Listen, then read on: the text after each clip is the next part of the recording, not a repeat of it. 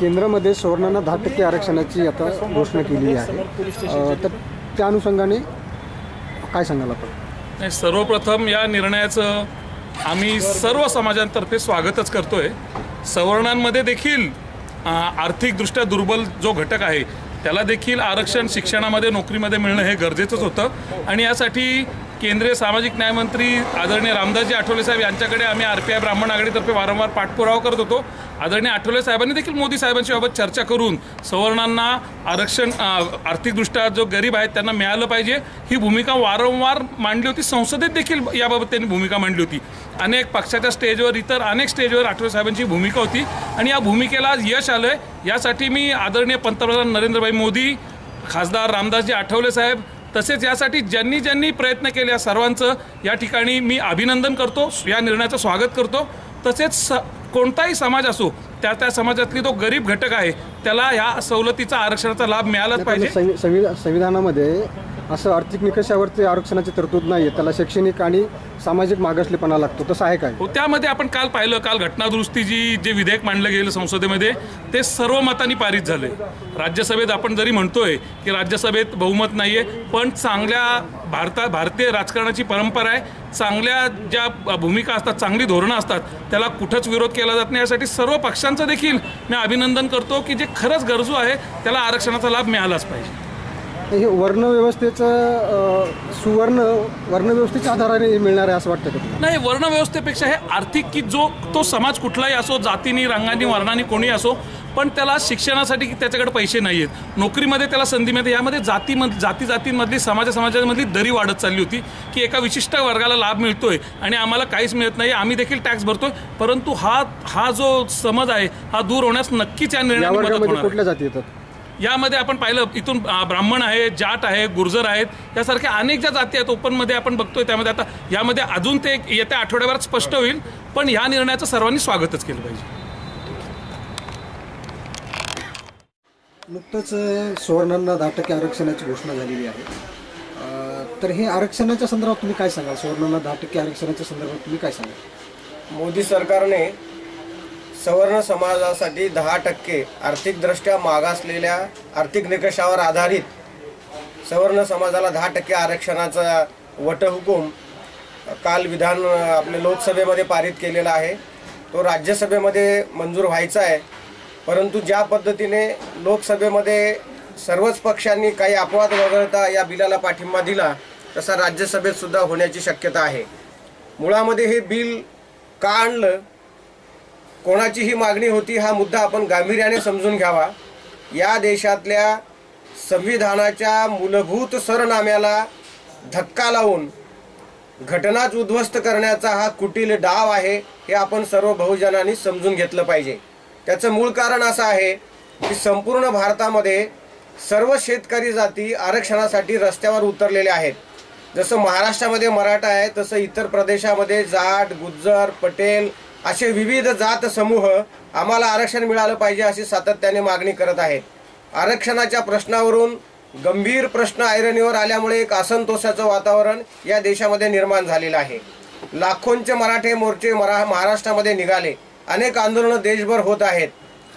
ह्या सगळ्यांची मागणी आहे की आम्हाला आरक्षण द्या, आमचा OBC मध्ये समावेश करा, परंतु सरकार आंदोलनाची मागणी लक्षात न घेता, कोणाचीही मागणी नसताना, एकानेही मोर्चा काढलेला नसताना आर्थिक मागासासाठी सवर्णासाठी हे आरक्षण जाहीर केलेलं आहे।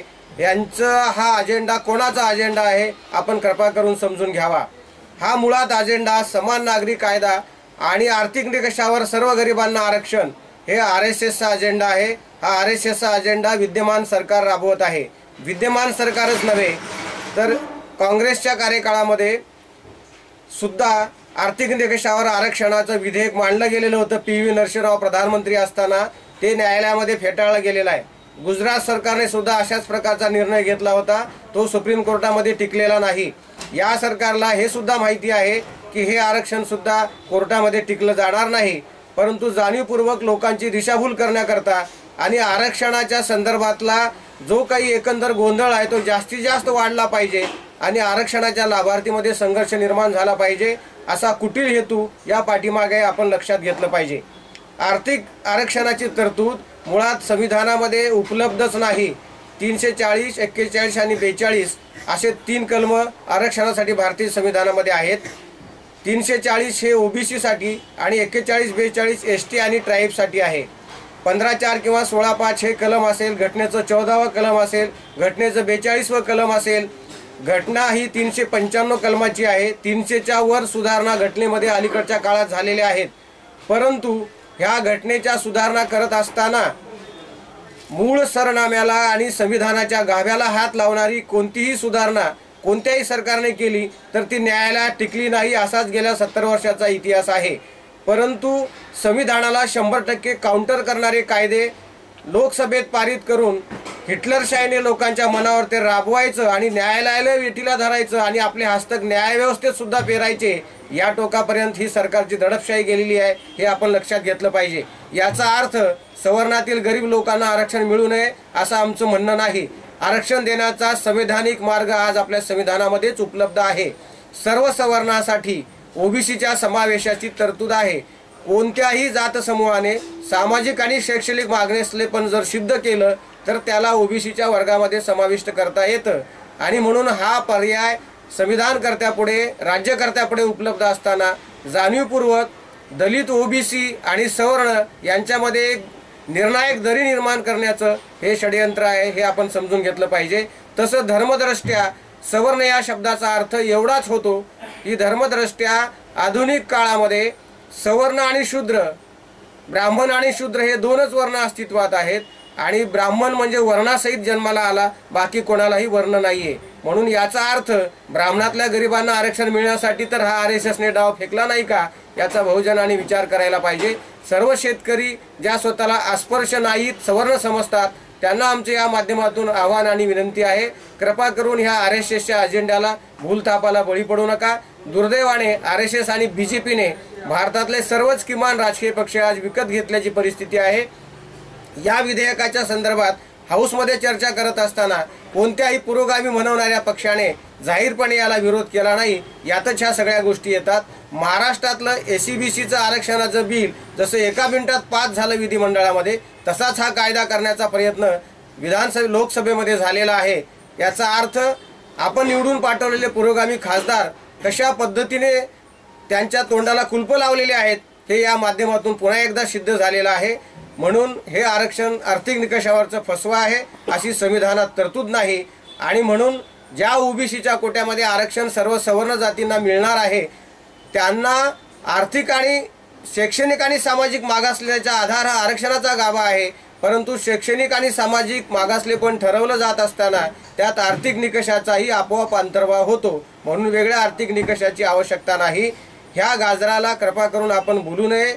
हे गाजर आपल्याला कोणालाही खायला मिळणार नाही. मोदी सरकारची प्रामाणिक इच्छा असती तर निवडणुका 60 दिवसावर राहिलेल्या असताना हे आरक्षण जाहीर करण्याचा डाव त्यांनी आखला नसता. सरकार सत्तेत आल्याबरोबर 5 वर्षापूर्वीच त्यांनी हा निर्णय घ्यायला पाहिजे होता. म्हणजे त्याचे पॉझिटिव्ह निगेटिव्ह पडसाद आतापर्यंत आपल्याला कळले असते. या कोणत्याही भूलथापाला बळी न पडता आपण संवैधानिकरित्या जे शक्य आहे ते करण्याचा प्रयत्न आपण जरूर करावा. हीच माझी आपल्याला या माध्यमातून विनंती आहे.